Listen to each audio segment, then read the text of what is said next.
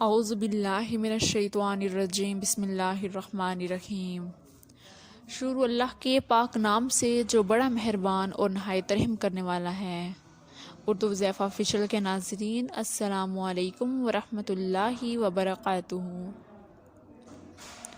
آج میں آپ کے لیے درود حبیب کا فضائل لے کر حاضر ہوئی ہوں کہ درود حبیب کو پڑھنے سے کیا ہوتا ہے۔ تو ویڈیو کے جانب بڑھنے سے پہلے میری آپ سے یہ ریکویسٹ ہے کہ آپ میرے چینل کو سبسکرائب کر دیجئے اور ساتھ میں لگے بیل آئیکن کو پریس کر دیجئے تاکہ آنے والی ہر نئی ویڈیو آپ کو دیکھنے میں ملے۔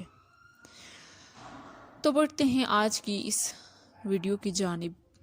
یہ درود عاشقان رسول کریم صلی اللہ علیہ وسلم کا خصوصی وظیفہ ہے۔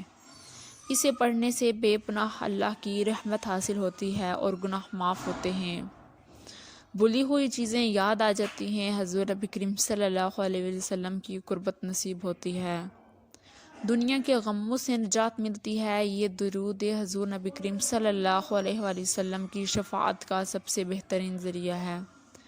لیکن ہر دعا کے آغاز اور اختتام پر یہ درود پاک پڑھنا چاہیے اور ہر مجلس کے شروع میں بھی یہ درود پڑھنا چاہیے، صبح و شام، بلکہ ہر نماز کے بعد یہ درود پڑھنا بہت مفید ہے۔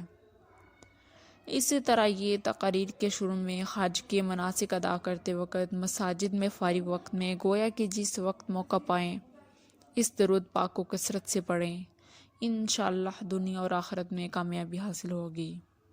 تو درود حبیب کیا ہے؟ الصلاۃ والسلام علیکہ یا رسول اللہ وعلی آلک وصحابک یا حبیب اللہ۔ تو اس کو پڑھنے کی عادت اپنائیں تاکہ ہمیں دنیا میں اور آخرت میں کامیابی نصیب ہو۔ تو ملیں گے پھر ایک اور نئی ویڈیو کے ساتھ، تب تک کے لیے اللہ حافظ۔